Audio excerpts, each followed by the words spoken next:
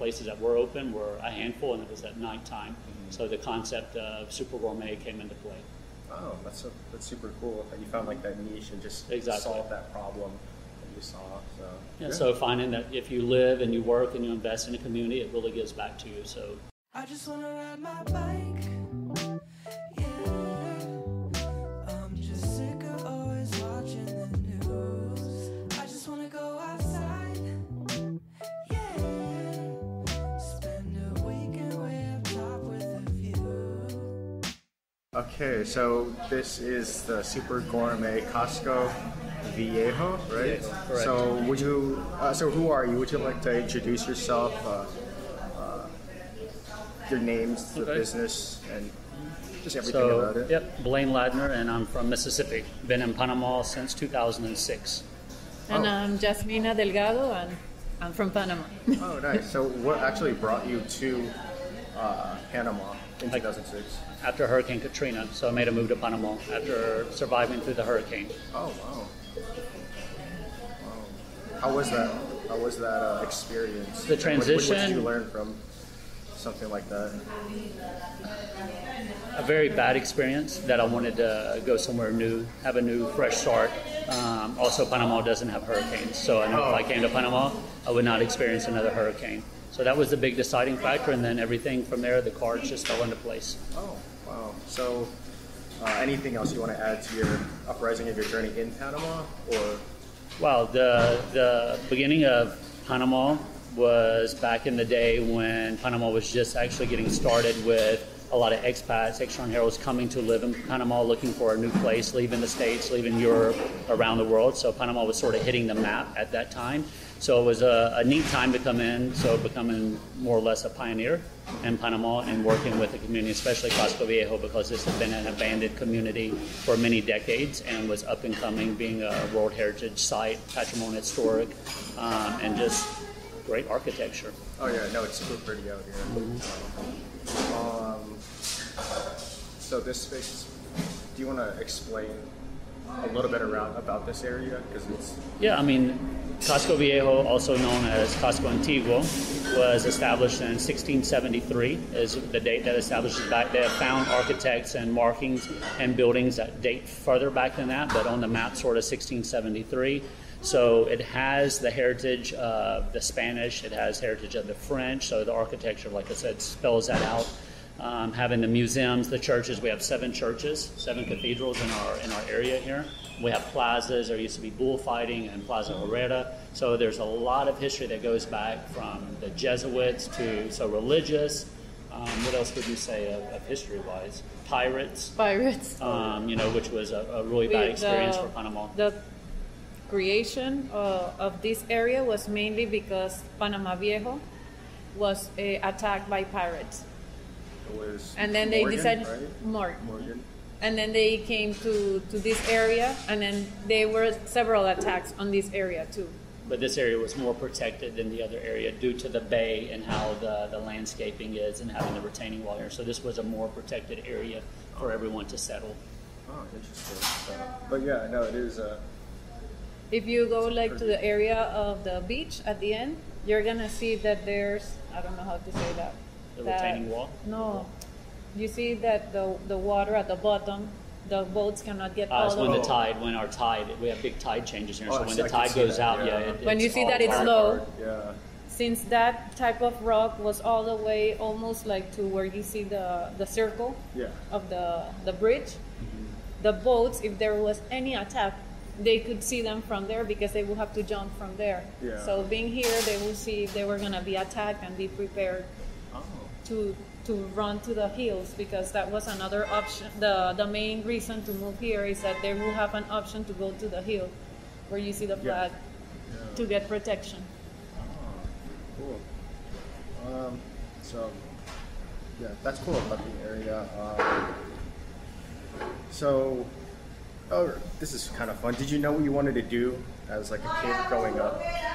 Was this part of the plan, or? No, definitely not part of the plan at all. Okay. I mean, the plan to move abroad came in my mind in the 90s after high school and during college, going to college and being around business professionals that were retiring, and their plan was to move abroad and was to move to Costa Rica. So a lot of people that I knew in the late 90s that were professionals that retired went to Costa Rica. So that was always in my mind, was Costa Rica. So that wasn't until later in life. But no, growing up, you know, I had family that was in construction, family in medical, family in business, finance. So I had a lot of elders around me that I listened to. Is that gonna? Oh, yeah, that's no problem. Okay. And so a lot of influence, you know, having influence that broadened my horizon. Okay.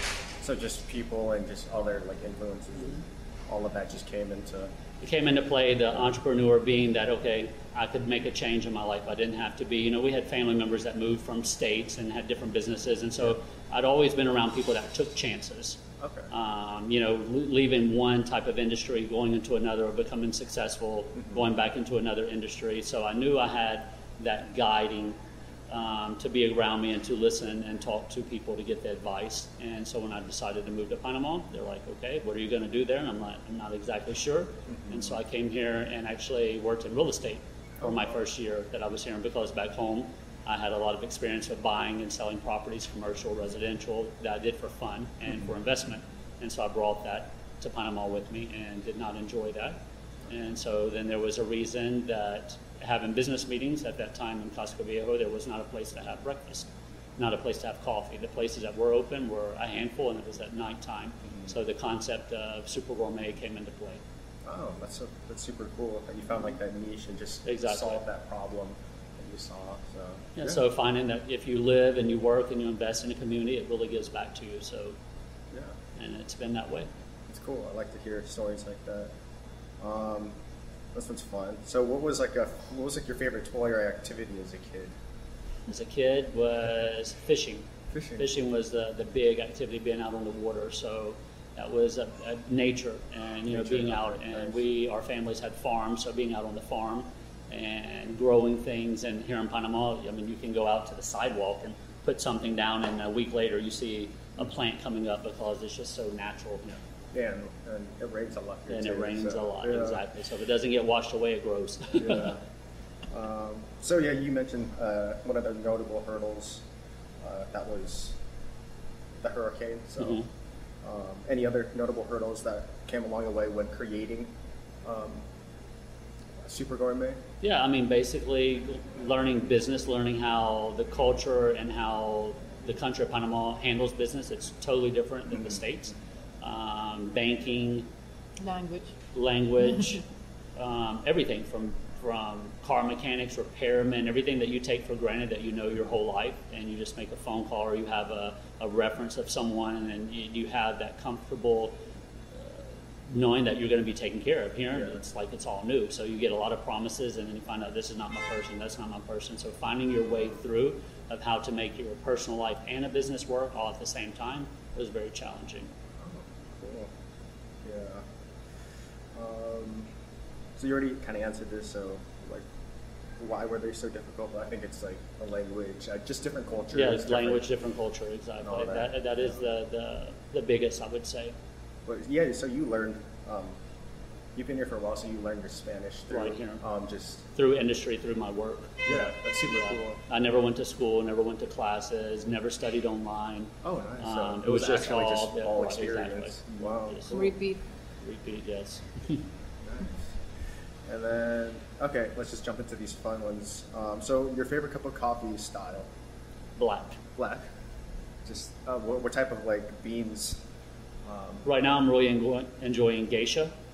Geisha is the most expensive coffee in the world, the most famous coffee coming out of Panama now. It's a coffee that doesn't produce any acid, so it's a very smooth drinking coffee. So typically drink neat, no sugar, no milk, and which I'm a black coffee drinker, so You can taste it all just, of it. exactly. So it just fell into suit, and so yeah, geisha now is something that. But it's different processes. You have natural geisha, you have anaerobic geisha, so you have different styles of the geisha. So all the different beans and how they're roasted have a different taste to them. So it's nice to be able to have that palate to discover all the different coffees of Panama. Cool. And another fun one. Oh, did you want to answer the favorite cup of coffee? Style? Coffee. Oh.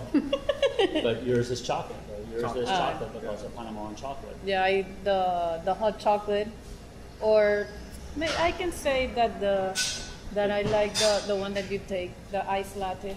Mm-hmm. Oh, okay. Mm-hmm. You do a little bit of iced latte. Iced latte. Okay. Yeah. Those are good. I had one last week. They're good. And this is another fun one. So this is the last one actually. If you could drink a cup of coffee. Ciao. If you could drink a cup of coffee with anyone dead or alive, who would it be with and why?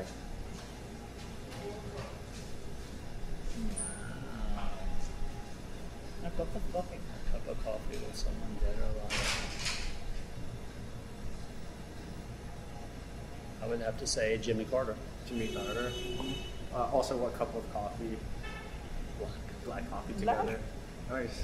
Yes, that's your comment. That's sort of how you get to know someone. That's Same true, as if you have a nice scotch or bourbon or something. If someone's like, give me soda, give me a mixer. Yeah. If you're a neat drinker, which coffee is black, we consider neat, then you know that you have a palate. Or like a cheese pizza. Exactly. We're all say it's like margarita. Margarita, you is the always one. determine a pizza place from their margarita pizza. Then you explore into what type of pepperoni or different options they have. But a margarita, if their margarita is not good, that's your base. Yeah. Same as a cup of coffee, your base comes from An espresso, and then a black coffee is espresso with water. So if your espresso is not good and your black coffee is not good, even if you add milk, sugar, it can make it okay, palatable, but you start with that. Okay, that's a good So be aware of people that drink lots of milk and sugar in coffee. So why Jimmy Carter in particular? Because of Panama. Panama. Mm-hmm. Wouldn't you agree? Yeah. Yeah, because of everything that he did for Panama, even though like with the States. Yeah, that's Are you a good- familiar with Jimmy Carter in Panama? Oh no, it's been a while. Yeah, so he's the one that signed, there was a treaty signed that Panama would get back the Panama Canal in 1999. And so that was signed in 1979 and 79. So 20 years after it was signed by Jimmy Carter, the president of the U.S., to the president of Panama, that Panama would receive the canal back in their hands 20 years from then. And so in 1999, Panama re-owned the canal. Oh, wow. I think that's a great answer. So Yeah. so that's basically the entire interview. If there's any last things that you would like to share with the world, please. No, please come visit Panama and Casco Viejo. And try our geisha. Yeah, try geisha. Cool. Alrighty. And do you want to share? Do you guys have the social media that people should? Yeah, we're not so great on that, but it's Super Okay. G Casco. We're on Instagram, Okay. but not that active. But you do some things every we now do and then. something. So, it's the difference of when I moved to Panama. There were just camera phones were coming out, right? Yeah. So The and then Razor. right, exactly. So I Yeah. mean, we were like StarTAC and different things like that, like the old phones. And then being here for 2006, starting in 2000 and 2007. So. 2000 and No, but because we here in were Panama BlackBerry. we were different. So then yeah. BlackBerry came out. So I went from a Motorola flip camera phone, top of the line, to a BlackBerry. So Panama, we've always been sort of, it's like a little bit of a bubble. Things come later in Panama. So when I came here, I was still going to Blockbuster to rent a movie. Just think there wasn't Netflix, there was just MySpace, there wasn't Facebook yet, there wasn't Instagram. So I've grown through and watched, but when I go back to the States, I learned so much more that's been going on there for the last 2 years that have not made it to Panama yet. Well, yeah, I think that was. Sometimes I think it's too much with all the technology. No, I agree. I don't miss that. I mean, I have like 5 apps on my phone. Yeah. When I go back, all my cousins, everything, like, you don't have this app? Yeah, I'm like, it's I've never like, heard it's of not that. worth What do I it. need that for? I still use the paper. I love. Oh no, paper. this is how Yeah, that's this is how we how work. this is So, how we work. I I love do it. not type anything in my phone. I don't put alarms because then I'm like, it didn't ring, it didn't announce, it Yeah. didn't let me know. No, I'm all I through love this paper, coffee so. stain. Yeah, I'm a paper guy. Cool. So yeah. Yeah, well, that's the interview. So thanks again for letting me interview. You're you. welcome, Albert.